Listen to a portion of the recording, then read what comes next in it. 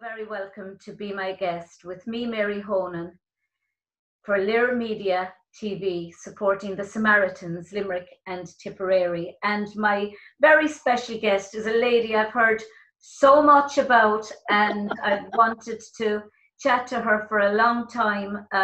Never got the opportunity. As long as I've been in Irish dancing, I've never got the opportunity until now to speak to Jan Currie-Henderson from Australia. Hi, Jan. Hi, Mary. It's a great privilege to be on your program. Oh, my privilege entirely.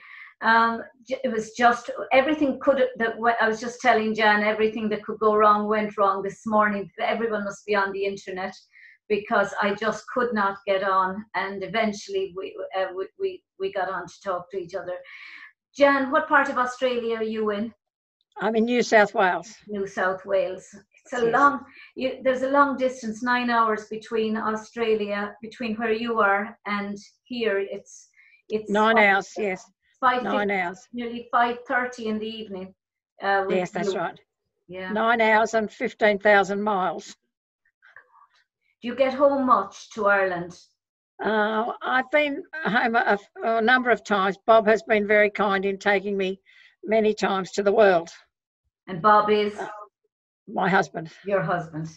Just for people who don't know. Yeah, but Bob is 60 years we've been married. Oh my God, oh my. You know what they say here, Jan, in Ireland? You do less time for murder. Fancy being married to an Irish dancing teacher for 60 years. Oh, do you know, I suppose there's worse things. Do you know, you have to marry into, when you're marrying an Irish dancing teacher, I reckon you're marrying into Irish dancing as well as Definitely. He's been very involved. So it's been wonderful. And we've got a lovely family as well, so that's nice. Well, it is. He's upstairs watching the news on the television. Pretty depressing, isn't it? Oh, terrible in Australia now. Very bad, because we're such a happy country and we never ever have too many things, but we've got a lot now. Very worrying. I heard somebody the other day saying that the biggest virus really at the moment is television, because every time if you walk around, you'd hardly know there's anything wrong. No. But yet, the minute you turn on the TV, it's all bad news. It's wall to wall bad news. Yes, I spoke on our television, on our. Like I'm speaking to you on Zoom to the children in the dancing here, because I tell them not to be sad, because they don't understand that they can't see one another and can't compete, and it's very sad for them, and children don't understand that sort of thing. So I had a lovely long chat to them here. They don't. And how bad is it over there for you? How difficult is it for you? It's bad. Victoria's very bad. Queensland's all right. Victoria's very bad. We're not too bad. And South Australia and Western Australia not too bad, but unfortunately Victoria's got a very bad dose. Really? And it's cold, very cold, you see, here too now. I've got a jacket on talking to you. Where it's our winter. It's here. And I'm cold. I had to put a jacket on to talk to you. I was so cold. Well, and that's not like Australia. We have to wear jackets even in the summer here, most of the time. So well, we've only got, in 4 more weeks it'll be our spring, and that's a lovely time. Is it? But no, it's a time that no one understands, Mary. Who understands this? We've never been in it. It's 100 years since there's been a pandemic in Australia. Yeah, I mean, it's just new for us all, and you're hearing so many conflicting medical reports, and some specialists are saying it's dangerous to wear masks. Others are saying wear masks, and I'm asthmatic, so I would find it difficult wearing. They're awful. I can only put them in my mouth, and you know, and you look at people, and I think of relatives who are, my cousin's child is profoundly deaf and nonverbal, and so is her husband. And you think when people are wearing masks, they can't see what you're saying. They're even more isolated than they were before in a speaking world. You know, because they can't lip read. Yes, it's terrible. And nobody thinks of that. And now they have the visors, but you're wondering how protective are the visors, because a virus can go under a visor. That's right. You know, it's terrible. You know, really terrible. And how has it affected, Jan, your dancing? Are you? Oh, well, it's affected the dancing. Well, we couldn't go into the schools where we teach in most schools. They wouldn't allow us in or anything like that. They're getting in Victoria. They're not allowed in. We're allowed into the schools now, and Queensland's allowed in, and other states. But that's why I wrote on my Facebook page. Every Saturday for 75 years of my life, I went to Irish dancing.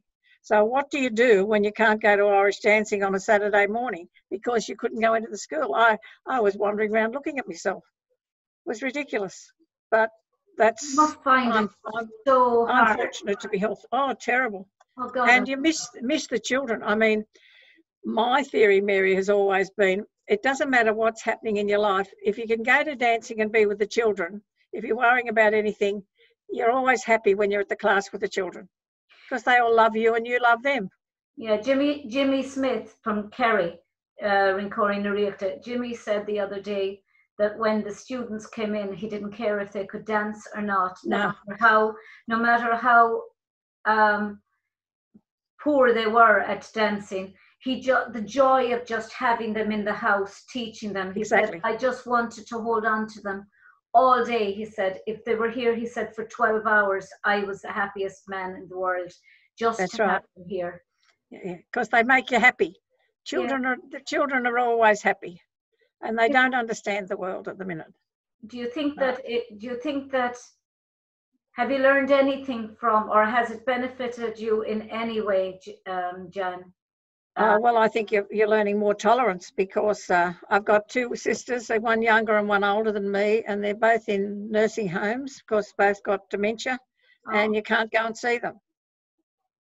And we've always been very close. My two sisters, we all learned Irish dancing together, grew up together, did everything together, and now you can't go to see them, and it's very sad. One of them's very close to going to heaven, I think, but it's terrible, really terrible. No, what's even sad is the fact that even with dementia, my colleague here in the radio station, his mum is 91 and she has Alzheimer's, but she only recognises his brother's voice, and for 3 months now nearly, they can't go in to see her. And it's terrible, Mary. The massive deterioration in photographs from the woman I saw 3 months ago. I can't fathom it. And and she's terrible. So nothing convinces me that an Alzheimer's patient at some level doesn't feel that they're definitely abandoned. My younger sister, she was beautiful. She had naturally curly hair, and she's a beautiful looking girl and a beautiful looking woman, and you wouldn't know her now. It's just so sad. And my elder sister, she's 85 and she doesn't know where she is. She doesn't know where she is. And they played the piano when I first started teaching. We didn't have anyone from Ireland come and play at our classes, and no Irish music, and they played the piano at all the competitions in my classes. They both played all the tunes and jigs and reels and for me at the classes and the competitions all over Australia. Yeah. So that's how much they were involved in my life. It's very sad. And you feel sad in your heart. That's a huge wrench for you, because everything is kind of gone at the moment. Please God, it'll all come back for you, and you'll be able to. Are you not able to still get in to see her? No, Mary. They don't allow you in, because you could see the elderly people are very prone to get it. But are your nurses and doctors, are they all tested in Australia? Oh yes, all the time. They're wonderful people, and some of the doctors are getting it. You see, that's a massive difference here in this country. The nursing homes were mostly affected because a lot of the nursing homes, the nurses and doctors weren't tested, and they were going home, passed it on, coming in, seeing their families, coming into the hospital, and yet no family member was allowed in to see their parent. No, so wrong. And in England, it's so terribly sad. In England, you had family members on Zoom watching their parents dying, and and to me, it's just, the whole thing is just awful. But terrible. Jan, how did you start get involved in dancing, being seen, as you said there, that it was difficult for musicians to come out to Australia. Oh, yes. Safe to say you were pioneers of dance in Australia. Oh, definitely, in Australia. Well, my grandmother came from, my paternal grandmother, she came from Offaly in 1886 in a sailing ship. For 3 months it took her to get here. 20 years after the famine. That's right. And she and her brother and 2 other sisters came to Australia, and from County Offaly, and she went on to the goldfields and met my grandfather, who came from Derry. And then from the goldfields, they were successful with gold, and then they bought a hotel at Brunswick Heads, which is on the coast of New South Wales. So you're first generation. Beautiful area. You're first generation Australian. Yes, yes. My father, they had my father, and they at the hotel, they used to close the hotel for a week and have the priests all come for their retreat. And at that, they had Irish dancing. A man came and did Irish dancing. So my father saw that and liked it. So we came down to Sydney to live, and there was Irish dancing at the school when we went to the school. And my grandmother, from Offaly, she lived with us. And so my father said, right, you go and learn Irish dancing now. And we did. And that's now, I was 5 or 6 or 7 at the time. And I loved it, and I've loved it ever since.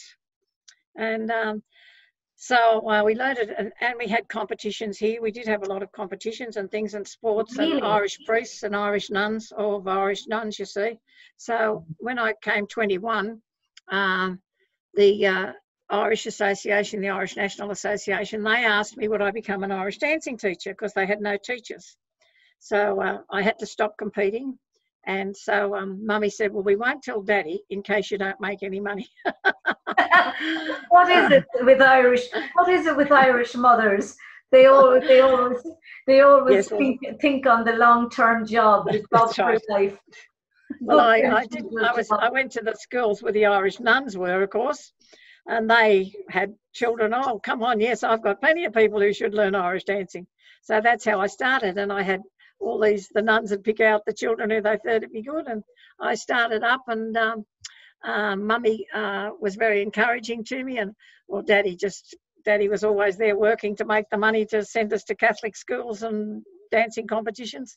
So I then, as I said, I became successful. I had some very clever dancers, and then in 1959, when I started the class, in 1958 I met Bob, and so in 1960 we got married, and so we have got 4 beautiful sons. The eldest one never danced. No way could I get him to put a shoe on.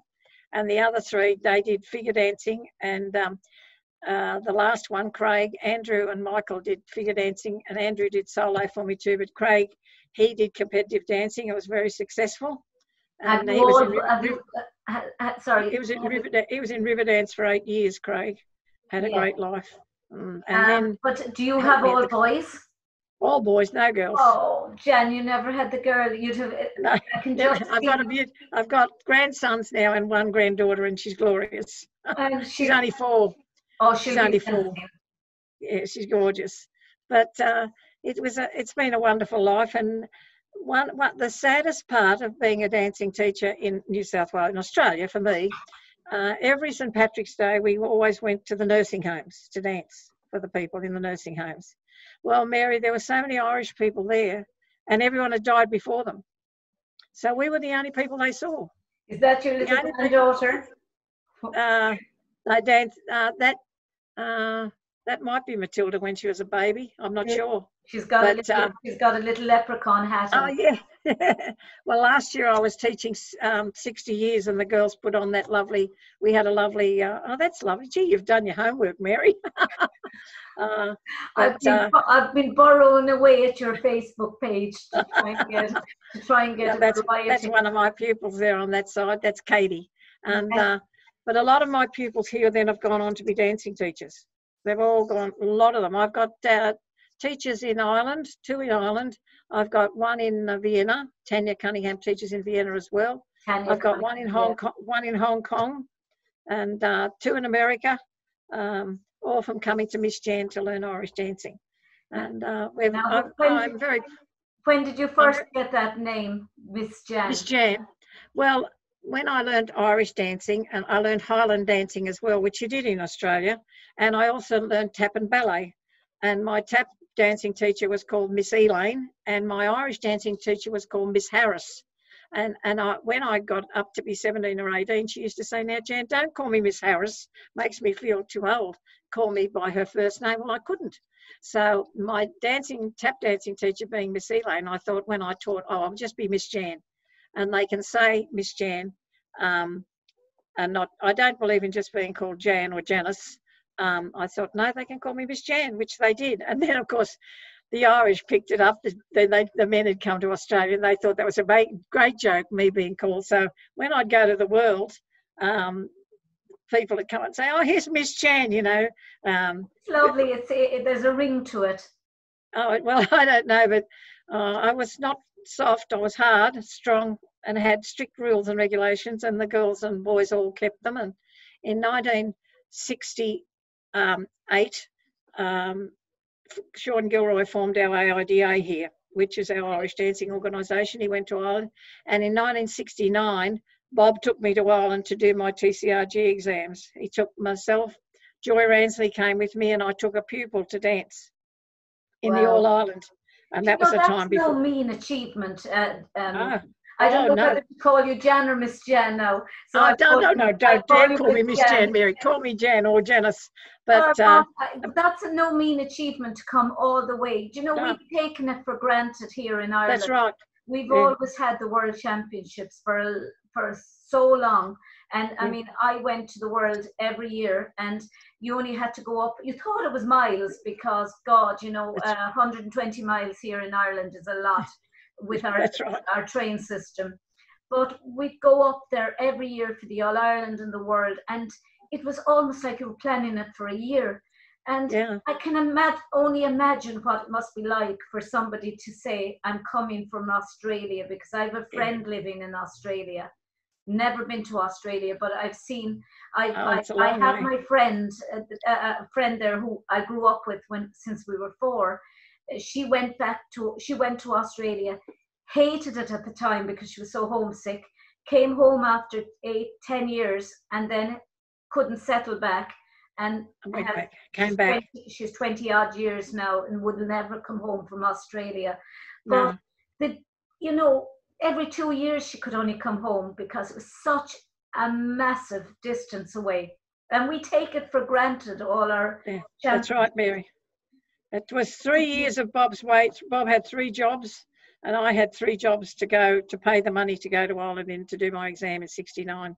And I allocated so much money that we could spend each day when we were gone, because we could do 27 flights, Mary, go to 27 places for our fare in those days, for the one fare.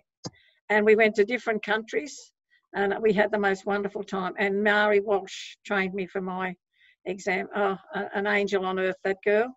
Mary Walsh and Mary McElroy.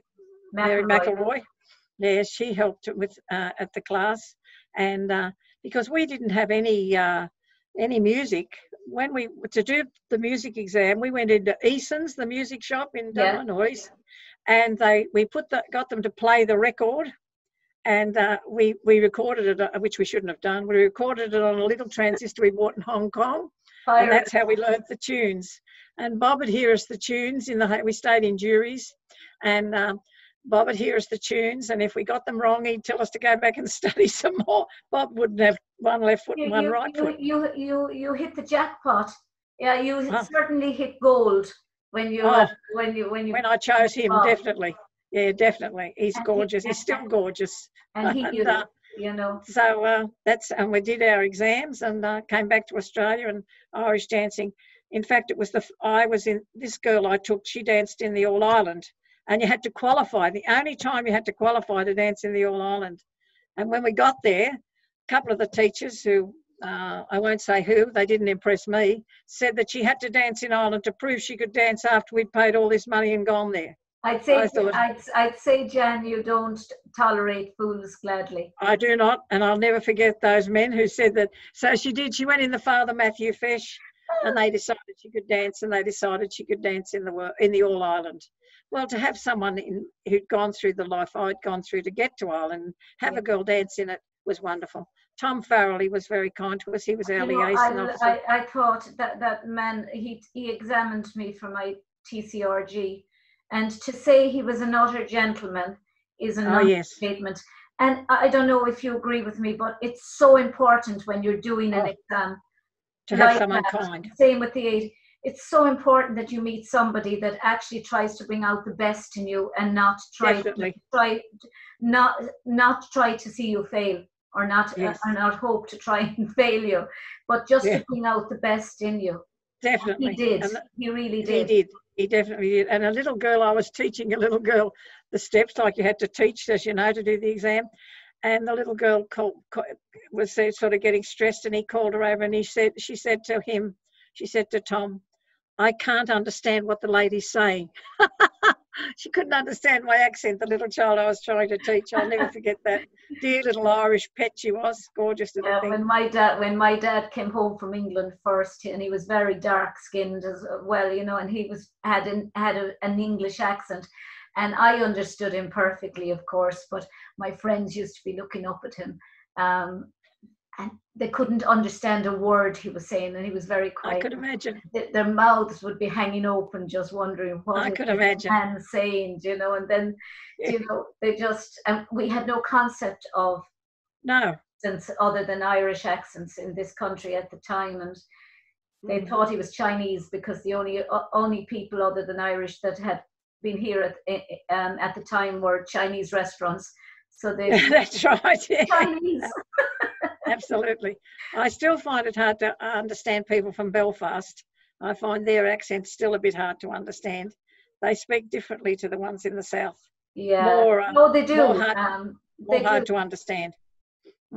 I think I can understand them, but some now are difficult if they speak very fast. They do.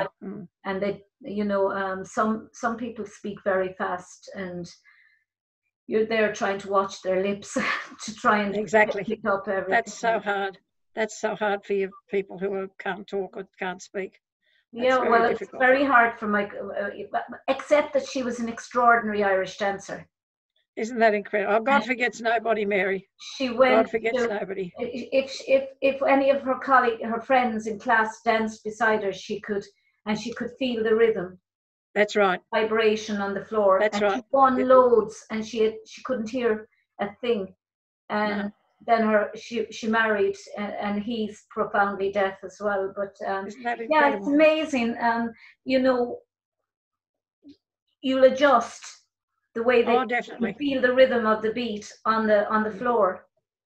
I danced for the deaf here, and they picked up the rhythm from the floor. Yeah. And we danced for the deaf schools. Yeah. I danced for them.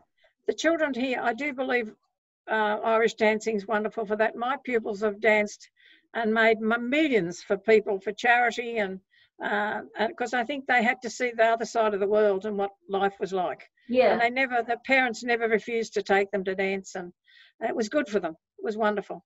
Is it all commission in commission in? Oh no, we've got a couple new ones in there now. We've got a weeder, I think, and a CRN in Australia now. But I promised Tom in my lifetime I would always do everything to keep the commission absolutely. going. Because the commission has been so wonderful to all the teachers who've come. I and my cousins, we were never anything only on commission. And I just couldn't. I just, you know, it's just, you know, I mean, the standard is just immense. Yes. I mean, the world is just breathtaking, and when we fly to Ireland, Bob just says to me, I don't know what it is in you. The minute the plane, you can see Ireland in the distance and you're getting near Ireland. He said, you light up like a Christmas tree. I said, it's in my genes, Bob. I love everything about Ireland. I love everything about it, and I love it on the television here. We have lots of shows here on Ireland in Australia, and I don't know what it is, but I suppose I'm the first generation of my family that got back there. But it's funny, Jan. I was born in the UK, and I used to go over to my grandparents all the time. And my dad, I was 14 when he came home for good, because like you, the flights were nearly 1,000, equivalent to That's right. £1,000 to get from the UK to Ireland. So he used to come once a year on holidays until he could get a job. And you'd go over to England and you'd come back, and when you'd see the green as you were landing in Shannon, I can't explain it even as a child, even though I'm very proud to be English as well, English born. I love England, I love London. There was this sense of homeward bound Definitely. when we're landing in Shannon Airport or landing on, I don't know whether it's, you know, they say it's the it's an ache for the that Definitely. only island people experience. Definitely. And we are an island people here in Ireland. And it's the people were so beautiful to us when we went there. They really were. They treated myself and Bob and the other girls, and Mary Walsh's husband, Liam, he took us all around for a trip around Ireland. We had a wonderful time. But you're very Irish looking. Pardon? You're very Irish looking. I hope so. The dark hair, yeah.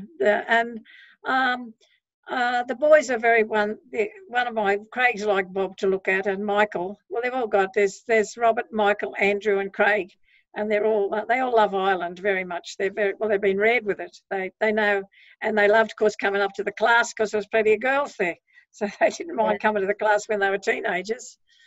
It must be a magnificent country. I mean, it must be, you know, and I'm thinking here on the fact that it's so vast a country and so underpopulated, if you like. That's right. For the size of it. It's almost like it should be an advantage with COVID-19 because, you know, people we don't have to be on top of one another. You could travel miles, I'd imagine, days without actually seeing another human being from what you'd see on TV anyway.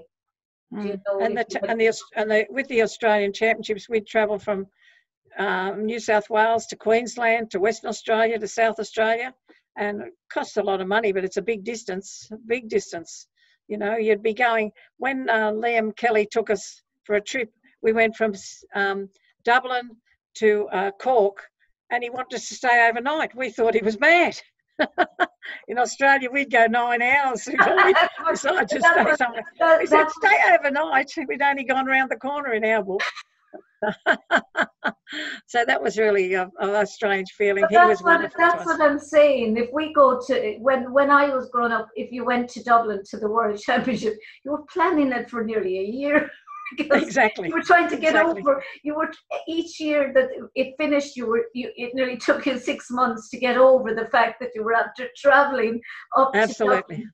Do you know? Absolutely. I mean, I was in hospital in Croom. In the hospital, it's when I look at it now, it's 15 minutes out the road, and my next door neighbor, who was like my older sister, the older sister I didn't have, she did a picnic, and she did a full picnic for herself, her husband, and her child, and they hired a taxi to go there.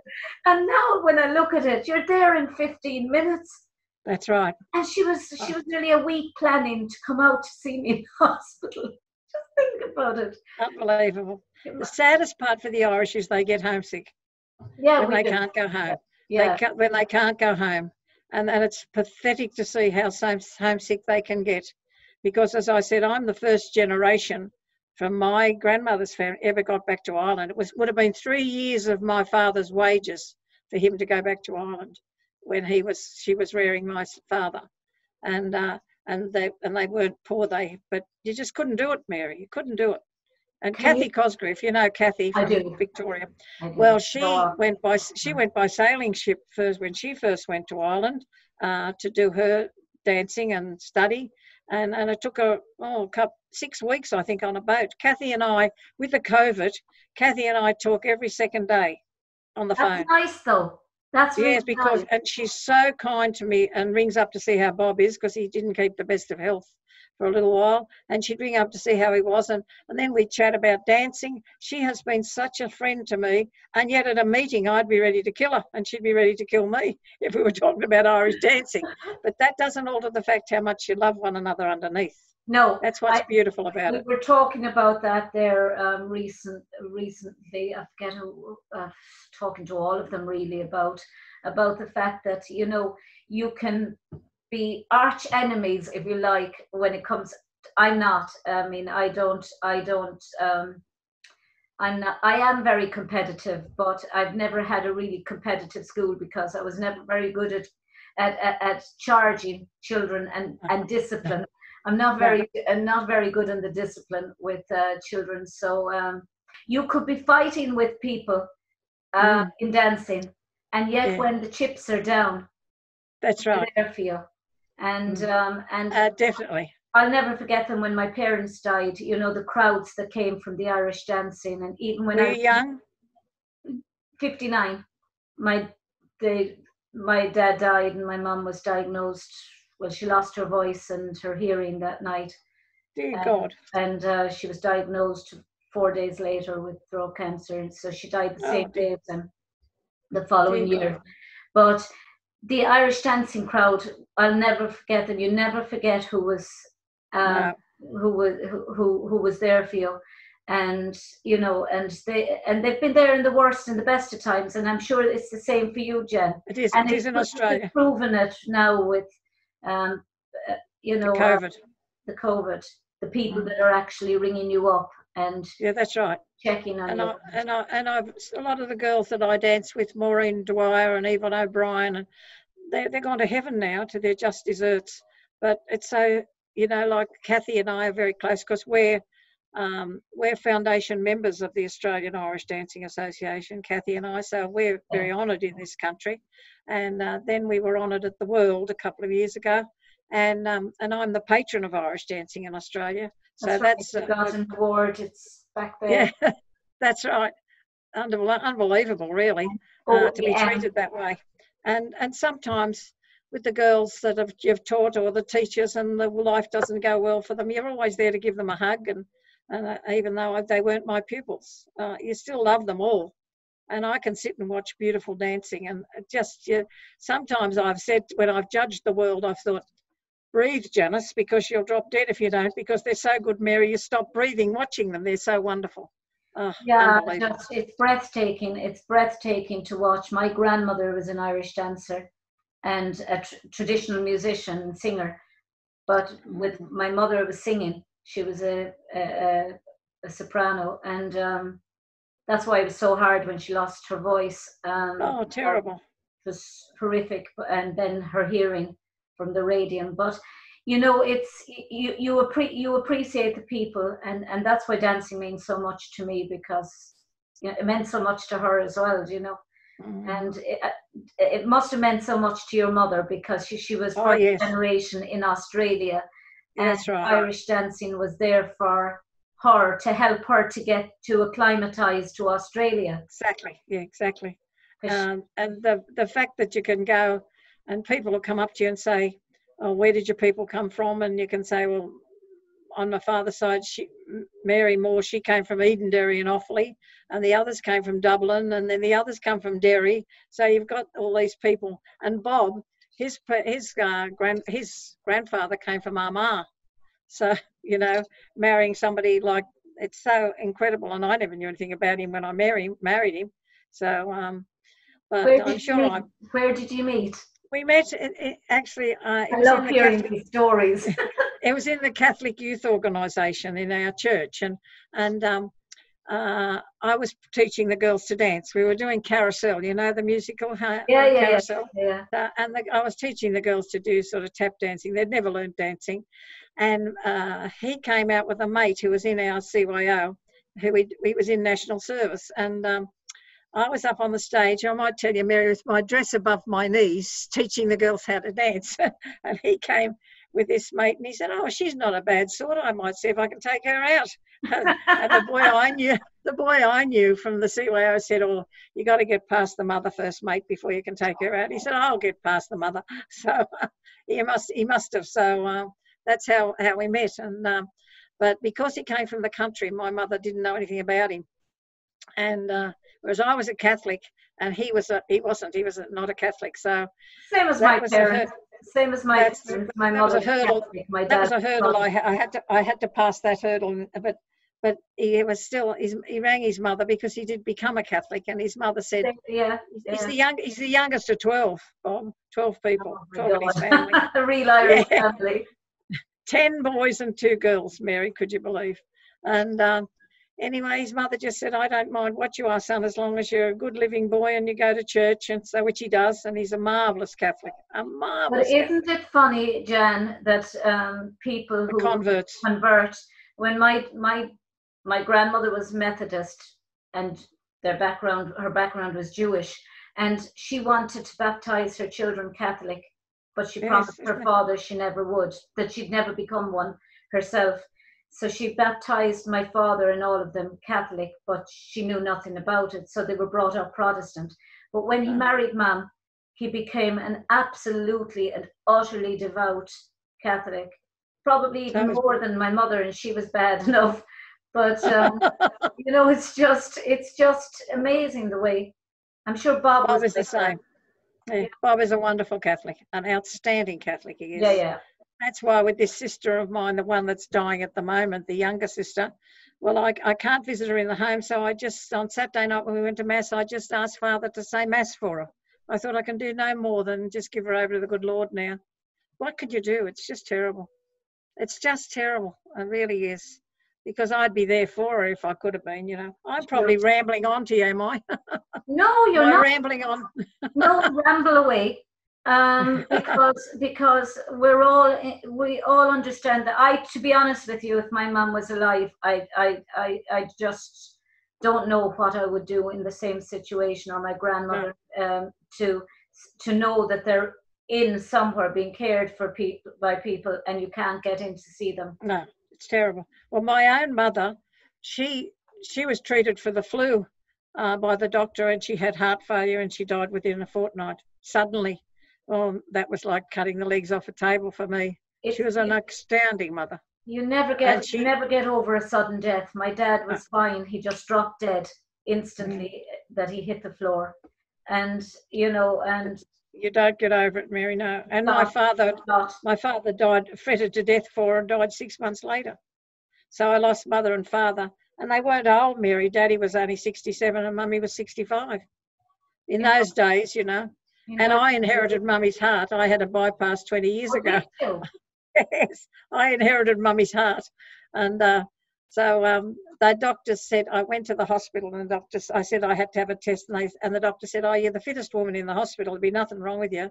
And when they tested me, I had a 70% blockage in the main artery to the heart. And they just said to them, my sons were there, and they said, she is the fittest woman in the hospital, and she's got the wrong mother and father, and you fellas, you'll inherit this heart too, so look after yourself. But I'm not surprised. My dad, he smoked, oh God, he smoked, I think he smoked about 80 cigarettes a day, and my mum had a strong heart, and she smoked about 40 a day, 20 a day. I've never smoked or drank. Nor did I. Never smoked, and I've never drank. Bob smoked though. Bob smoked, because in Australia it was the thing to do. You got to be 17 or 18 and you smoked. The boy smoked. Men are really, strike me as being very macho in Australia. Oh, yeah, that's right. In that generation, they thought so, Mary. Didn't know what it was doing to them. No. Yeah. But, I've never smoked. There were ads everywhere for cigarettes, glamorizing them. And, you know, I often hid my mother's, and she'd actually catch me. She'd pin me up against the wall, and she'd say, give them back to me. They're all I have. I know. You know that's my only joy. Yeah, the Irish were very inclined to smoke, though. Yeah. The Irish, we noticed the Irish smoked a lot. But, no, it never appealed to me. Probably with the dancing so strong in my life, I never was taken up with the smoking, and I never drank, because I did have a few alcoholics earlier on in my family line, so I thought, no, I'm not going to ever drink. Yeah, I don't know. I took the pioneer pin when I was 13, and I never broke it. I just none of my grandma, none of them drank. So, you know, it just wasn't something that I don't think I needed. I think I'm quite mad without it. I mean, I never needed it either, Mary. And I'm always the last out of a party. I'm always the one that drives people home. So someone has to drive them home. That's what Bob always said about me. She's the first one here and the last one to ever leave. That's me. That's me. Yeah.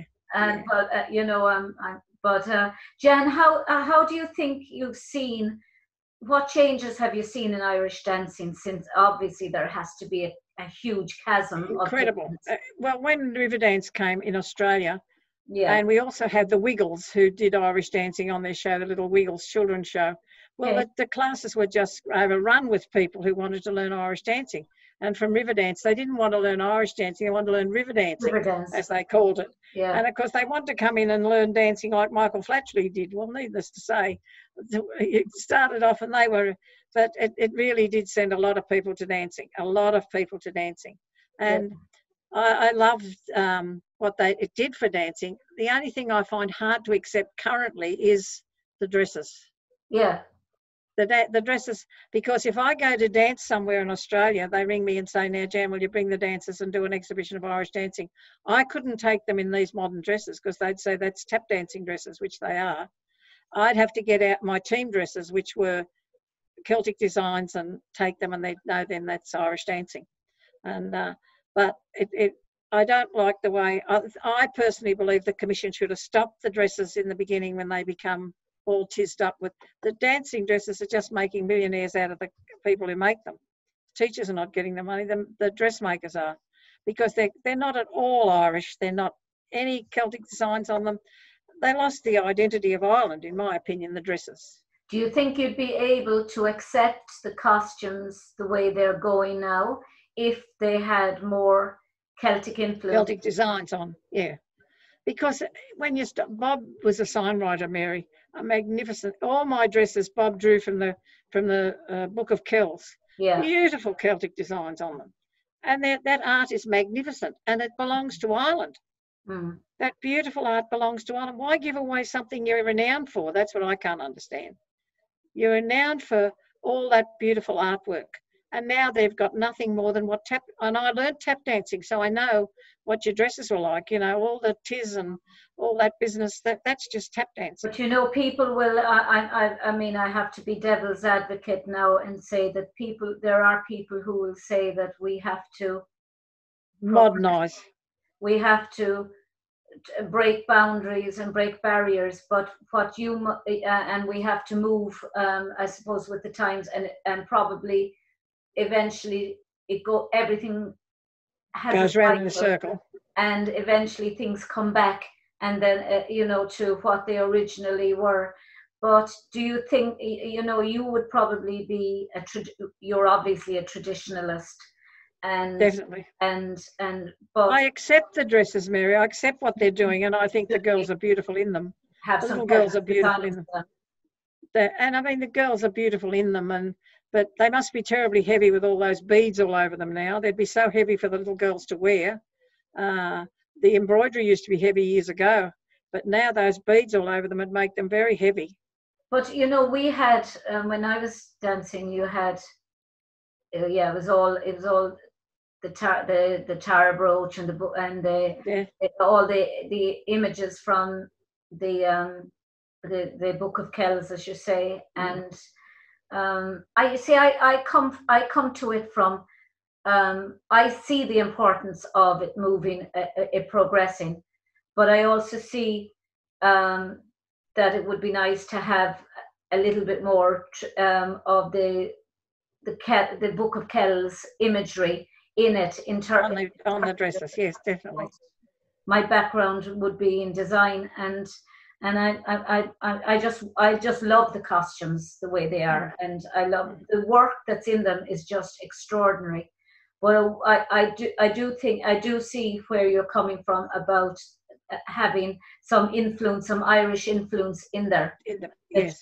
That when you look at it straight away, you say, yes, that's contemporary, it's modern, and it does have an Irish influence, and you can see that the origins of it. You can see the evolution from that's right. to the contemporary. but it's still holding true to the tradition in some way. You know, whether it's even, you know, before we used to have the lace collars and things like yes, that's right.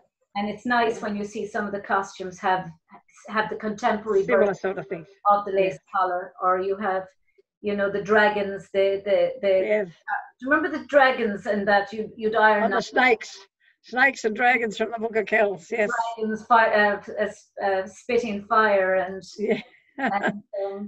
and But then I think you get the costumes lined with Valine to stiffen them, and you could wash them in the I forget who was talking about that the other day, about being able to put clothes into the washing machine, the costumes, and wash them. You can't do that now. No. Well, I don't think either, Mary. I think nowadays so many people would be left with costumes they can't sell because the children all want a new dress every year. How they could do that, I do not know. How you can buy a child a new dress every year? That's just in Australia. You'd be paying for a mortgage on your house because we all try to own our own home. You couldn't have been buying a new dress every year and flying to Ireland as well. But do you know, there are people who will say also that, and I'm one of them, who would say that, okay, if I had a child, I was an only child of an only child. So, you know, and it wasn't easy because both my parents were in 2 different countries. But at the same time, you'd rather see your child in a costume that cost a lot of money than see them taking drugs on the street. Oh, definitely, yes. To do, or trying to bail them out of jail. And you know, if you look at tennis and you look at golf and anyone that wants, it's all expensive. There's a lot of money put into them to get you know, when they reach a certain level. So I don't that's right. Dancing is as prohibitively expensive as many other activities. Probably the most expensive would be the first costume. After that, you can sell them on and you get good. That's right. Well, I know they said to my mother, you know, what sort of a washing machine have you got, Mrs. Currie? This is going back now. I'm 82 now. And she said, what's the brand of it? And she said, Patsy, Janice and Mary. And they said, what brand's that? That's my sister's and my name, Patsy, Janice and Mary. And she said, well, that's my children's name. She washed with boiled up the coffer because she put everything into us learning. I learned tap dancing, ballet dancing, Irish dancing, Scottish dancing, elocution and piano. So that is everything we could learn for culture, we learned. And Daddy never ever said, no, you can't. He drove a taxi and we learned all those things, and my sisters did too. And Mummy used to love taking us to Eisteddfods and taking us to the homes to entertain the Irish. That was our life. But when she said about the brand of the washing machine, and I lived with her when I first got married, Mary, and I can tell you, by the time the sheets went into that water and then into the blue water and then back into the white water to rinse and then back into the blue water, I was thinking, in the name of God, when are we ever going to get these on the line? She was so fastidious. No, I know. I my own mother she'd steep everything overnight. That's right. She had a special big saucepan, a big. That's right. Big, and do it with a copper stick. Yeah. She'd put everything, whites and everything, would all overnight, and then they'd be put into the washing machine the next day. But that's right. Steeped overnight. And you know, and my friend's mother was like the most amazing washer. You'd see the whites out in the line, and they were just, I've never seen anything more white. And then Anne, who I'm still friends with, since we were 4, she lived in Libya for 30 odd years. But good Lord, Anne is still the same as her mother now today, and every one of them, the whites. And then 5 minutes later, they'd go in and they would be from head to toe full of mud because they were tomboys. I know, absolutely, absolutely. And wasting her time washing those clothes. But it was that generation were fussy. Your mother do you think that that helped your mother? Because I know with my own mother, she couldn't adjust to England. She lived there for 5 years, and she thought, Oh, no. as she said, the clothes didn't dry the same there and the rain didn't fall the same, because No. she was so homesick for Ireland. Yeah. If she had had something like your mother had, the Irish dancing, or Yeah, that's right. Mummy loved it. she might have adjusted there. But That's right. Yeah. she was the only Catholic in the family. All my father's side were Protestant, and Oh, that would have been hard. they were all Welsh. And, Wow. and she was the only Irish person, and she just felt completely alone. Do you think that that helped your mother to the fact that she was so immersed in the Irish? Definitely. And of course, they came from the Irish background. And my mother's grandfather, he came to Australia as a convict, and he was not pardoned for 20 years. He was here for 20 years before he was pardoned as a convict. Prior to work? Came from Ireland. He came from Dublin. Prior to the famine? Yeah. Oh, no, he came. Yeah, he would have been in prior to the famine, yeah. And he came as a convict, and he was 20 years before he was pardoned. Hard workers, Mary, they were very hard workers. And a dancing teacher here, Maureen Dwyer Whelan, a wonderful girl, she's gone to heaven now, and she married a guy from Kilkenny, and they lived in Australia. And Phil Whelan, his name was, and he said, oh, Australia, it's a great country for drying clothes and nothing else. He was a great Irishman. It was the same as Libya. My friend said when she first went to Libya and she hung clothes out in the line. That's right, yeah. And walk out for her lovely red top, and it would be pink on one side, would be white on the other, and it would be red on the front, because that's right. Within 5 minutes the sun was so hot. Yes, that's right. Stopped putting clothes out because within 5 minutes everything was different shades of red. That's right. Well, when Craig was in Riverdance and he was staying, I think he was in London, and he hung his shirts on a hanger, like I just hang a shirt on a hanger here, and it'd dry in a couple of minutes. Anyway, the shirts blew away on the hangers because the wind in England and Ireland was so strong. And his mate said, what are you doing that for? He said, well, that's what I do in Australia. He said, yeah, but you don't have the wind we've got here. Yeah, his shirts blew away. Oh, yeah. What's your biggest, what do you feel has been your biggest achievement or your biggest joy in Irish dancing? Can be anything at all. Biggest joy was, well, the lifelong friends that I've made would be the biggest joy. And also dancing for all the people who didn't have anything, like the nursing homes and the sad Irish that never could get home, and dancing and seeing the tears in their eyes and bringing them great happiness. That was wonderful to see. That was a great joy to me. And then when my own boys danced and everything like that, that was a great feeling. Nothing like a mother watching their own child dancing on the stage. And very hard watching your own child dancing. It is. Because I was talking to Gavin Doherty, and he was saying that he was watching his niece dancing, and he said, Mary, it's a completely different level when you're watching your own child. And my friend Maureen Farrelly from Cork, she said the same thing. It's so different when it's your own child that's up on the stage, because you're not just their teacher, but you're worrying on a whole different level. And Gavin said crying in the audience because he was just down, the tears were running down his face when she danced. It must be just hard. It's a beautiful feeling as a teacher and mother. Yeah, and my ambition, you'll laugh at this, I always wanted to be able to go to the competition and sit in the front row like the girl McTaggart, and she'd come to the championship in a fur coat at the World, even though she wasn't with the commission, and she'd have her hair beautifully done and sit in the front row in the commission. And I always said to Bob, I want to be able to go in a fur coat and go and sit in the front row and look like that lady. And she was just such an elegant woman, but it never happened. I still don't own a fur coat, of course, but she was just such a wonderful woman. And I think that the greatest joy I've had is the wonderful pupils I've had and the teachers and they're my friends. They're my true friends, even though, and I've been at meetings, I can tell you, Mary, if I wanted to get something, I'd stand by my dig at a meeting and say, wonder I had a friend in the world.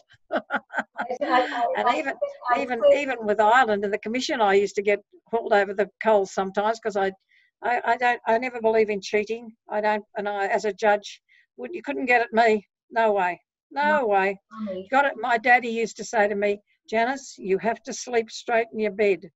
When you go to bed, you must sleep straight in your bed. We were talking the other day about, the association rule in Irish dancing, and I was saying that I can understand why the association rule is there, because they're trying to on Commission is trying to project a sense of fair play, and it's not perfect. No, but it's the perfect rule, because it does hinder when you look at the likes of Jimmy Smith now being able to teach you the traditional sets. Yes, you're able to look at them on the internet and look at the old traditional sets, and you worry that will associations prevent people from learning from each other the way we learned before. But you're there wondering then, what's the alternative? The alternative is that parents don't know whether if things are being upfront and honest, and that's right. I can understand, I can see both sides of the argument. Where do you stand on the association? I've never had anyone come into my class, it's just me. I've never had an association with any other teacher. And I think that the thing that you've got to be so careful of, you are dealing with children. And if you cheat, those children will be hurt forever. It's like with the transfer rule. If you hurt them, they'll never get over it. You're hurting somebody who will suffer from that from the rest of their life. Like some people go out, if someone leaves their class and they have to make them do a penalty and so on and so forth.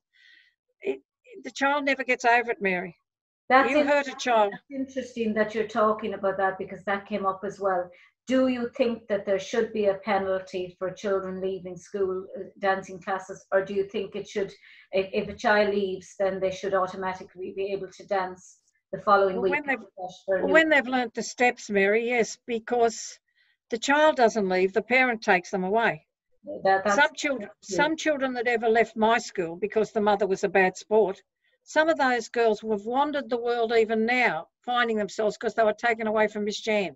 Yeah. Because I loved them and they loved me. Yeah. And they couldn't then adjust to their life, their grown-up life, because you cannot hurt a child. The child gets hurt right down deep and they don't ever get over it. So you think that there should be no transfer?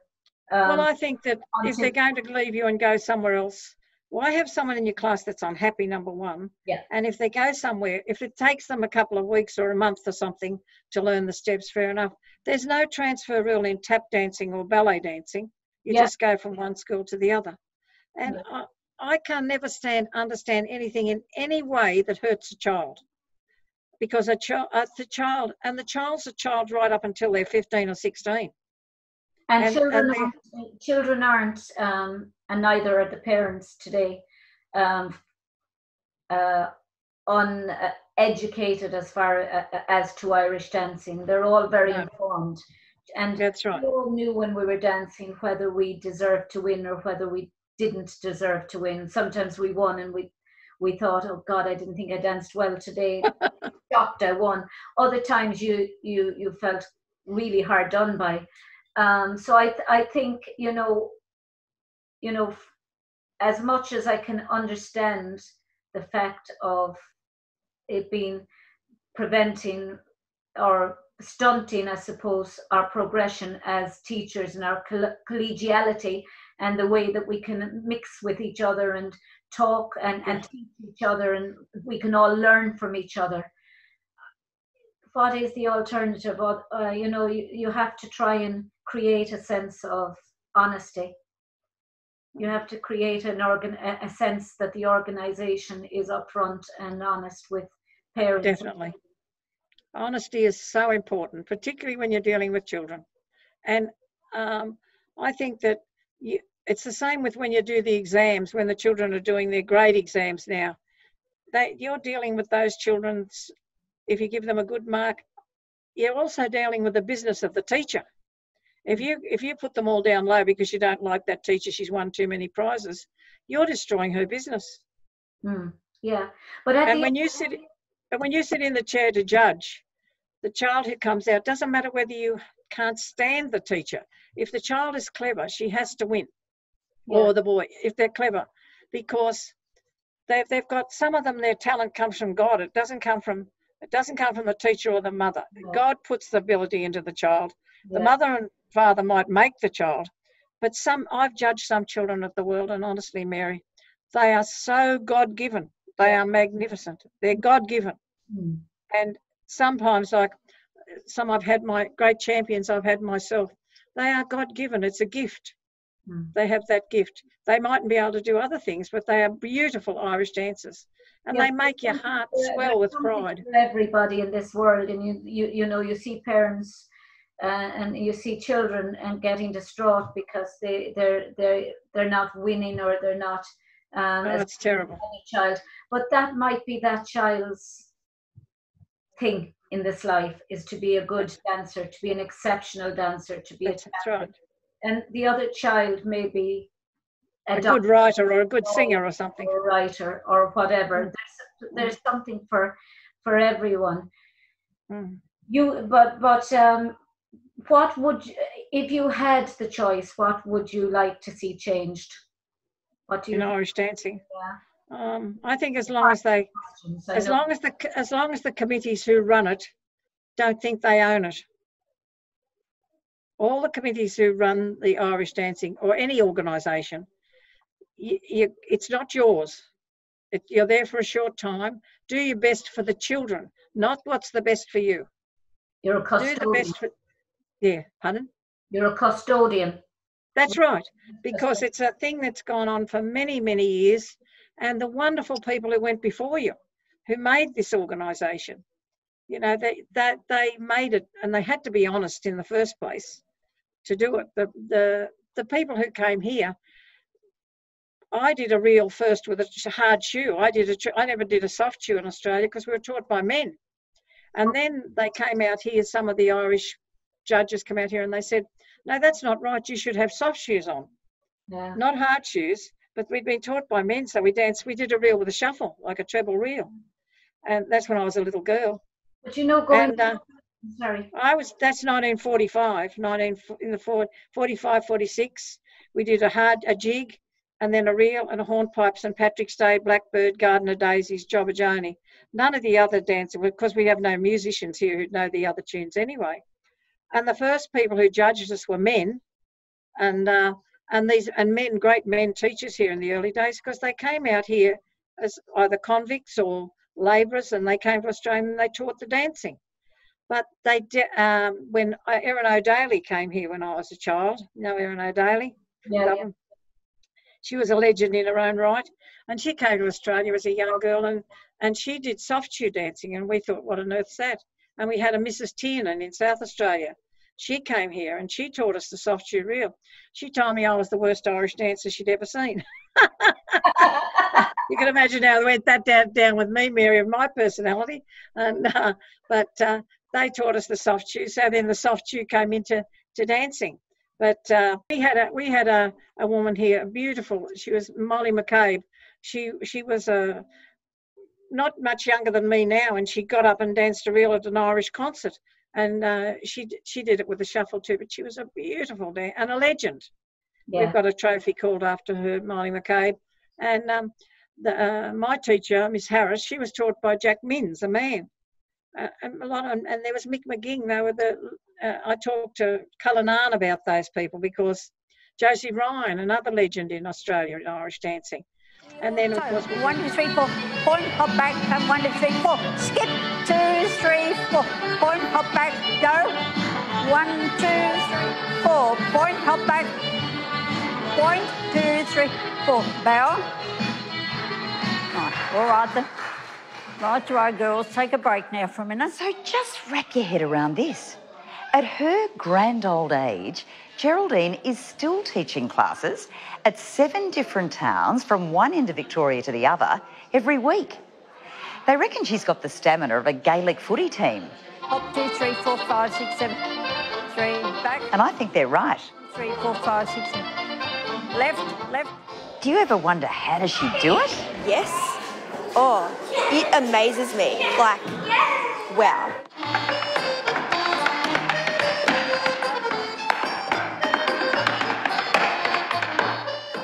Why do you do it? Well, I don't know. I suppose it's in your blood and it helps if you're mad.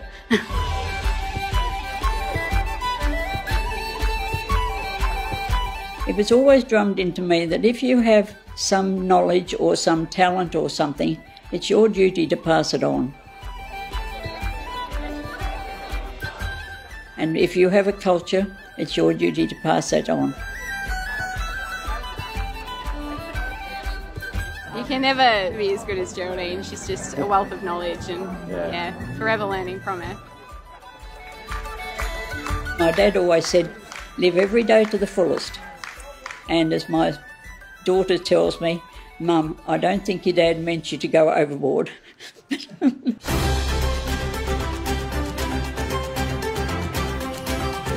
then, of course, we had Mary Walsh come out and teach us all on what a legend she was. She couldn't walk when she went back home.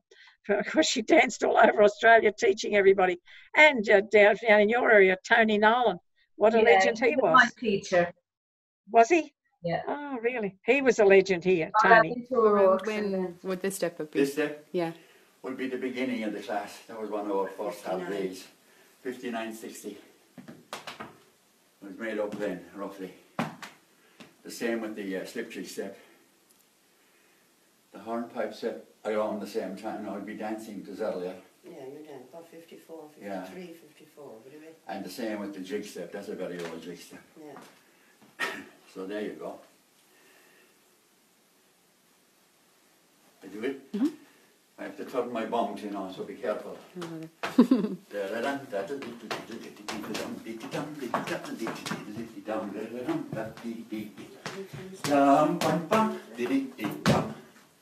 O'Rourke's and then to Oh, Maureen, and we had Anya and Maureen Toohey here. yeah. And I went to the World one year about Maureen Toohey. I went to the World in Limerick, and we'd gone to Mass, and she picked us up at the station. She was helping run the championship.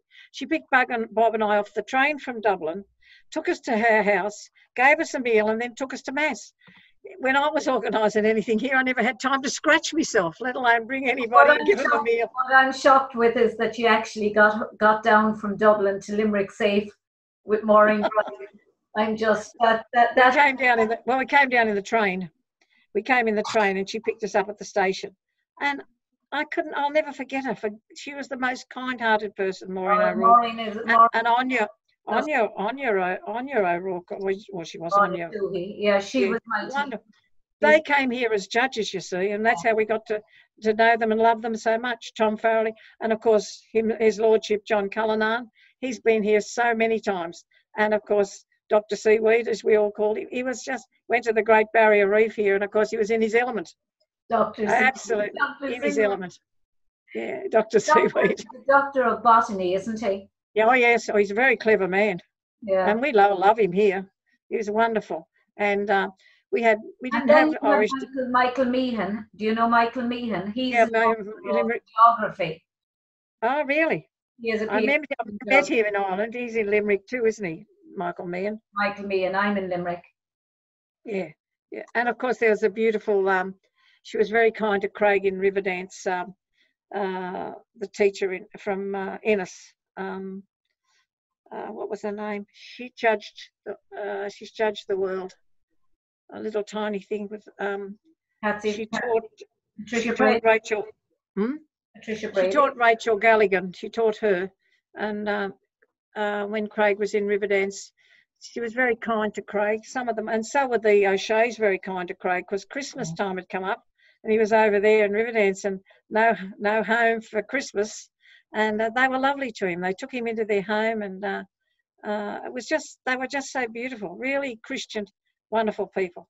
The people that we've met through Irish dancing all over the world, they're lifelong friends. Lifelong friends. You know, going back for a second to the just something you said struck with me. You know, the association rule again. You know, even if there were no association rule and people were, I think it all comes down to your personal integrity. Definitely. It doesn't matter, you know. I mean, you know, if they said in the morning that they were taking away an association rule, I think at the end of the day it comes down to your whether you are in, you'll go up and judge that each child as if they were your as own child, fairly. and as if you've just seen them for the first time, because That's you right. know, You have to be fair. You know, that's the most important thing.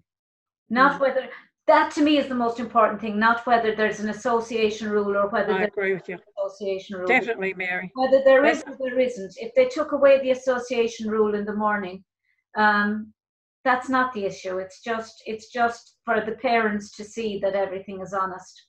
That's right. Honesty is such an important thing when you're dealing with children. And I used to think, what on earth's Daddy talking about when he'd say to me, little girl, you have to sleep straight in your bed every night, when I first started to judge. And I thought, what's he talking about? Yeah. And as I got older, I understood. You have to face yourself.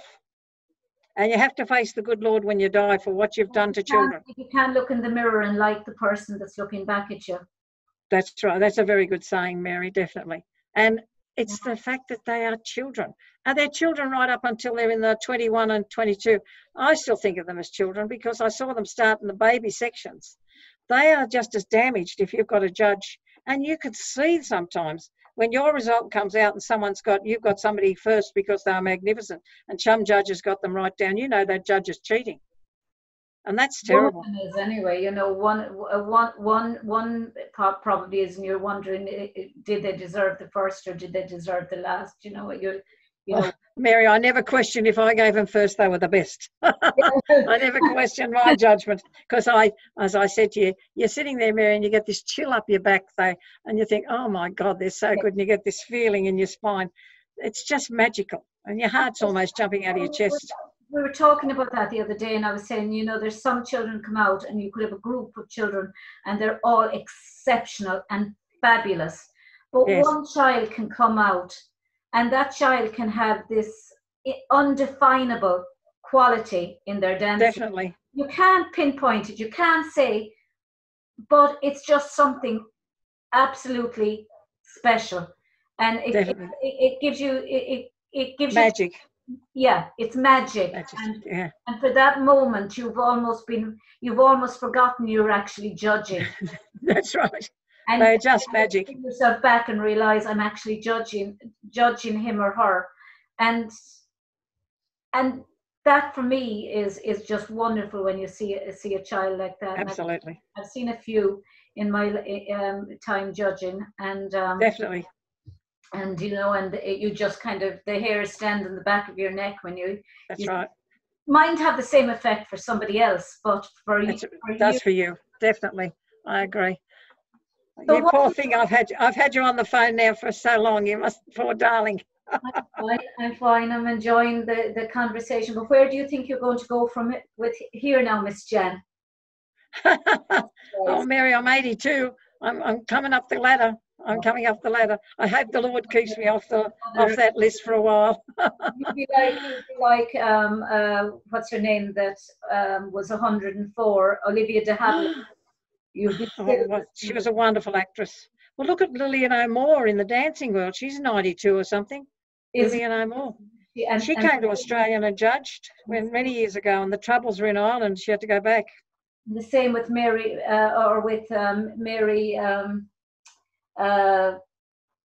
Mary Mulcahy.